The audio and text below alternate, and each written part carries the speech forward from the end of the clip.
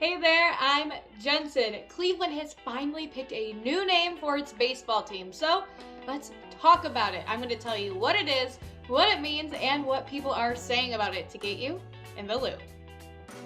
The team put out a video announcing that starting next year, they'd be known as the Cleveland Guardians. This is the city we love and the game we believe in. And together, we are all Cleveland Guardians.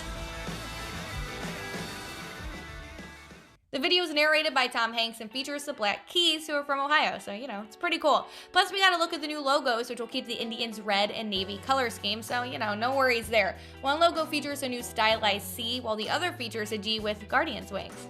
It's not too shabby. They also have new fonts for both a block Cleveland and script Guardians, which is pretty similar to the current word marks in the team's uniforms. But even with some of those big changes, there is one part of the team that's still sticking around. That's right, Slider the mascot will remain with the team after the new name takes effect, so if you're a fan, don't worry, the team's favorite fuzzy friend is here to stay. Now for some background on the big change. This announcement comes almost a year after the team first announced it was having some talks about the future of its name, which has been considered offensive to Native Americans. Then in December, the Indians officially announced that they would, in fact, be changing their name, but it didn't really commit to any official timeline. Over the whole selection process, the organization said it had 140 hours worth of interviews with fans, community leaders, and front office personnel, and Guardians was considered one of the favorites, though honestly, I was partial to spiders. But why Guardians? What's the meaning behind the whole thing? I don't know, it's actually pretty interesting. The Guardians nickname refers to statues just outside the stadium on the Hope Memorial Bridge. The 43-foot Guardians of Traffic have stood for nearly 100 years, and they're meant to symbolize progress and transportation. The 4 pylons contain one Guardian facing each direction for a total of 8 designs, and no 2 are the same, so it's pretty cool. According to Cleveland Scene, there's a stagecoach, covered wagon, hay rack, early 20th century car, and 4 trucks representing the evolution of transportation. They were nearly torn down in the 70s when the county engineer wanted to add more lanes to the bridge, but somehow they've hung on and stood the test of time. Owner and chairman Paul Dolan said, "It brings to life the pride Clevelanders take in our city and the way we fight together for all who choose to be part of the Cleveland baseball family." I like that. Now the new name has been highly anticipated, so of course, people had some opinions.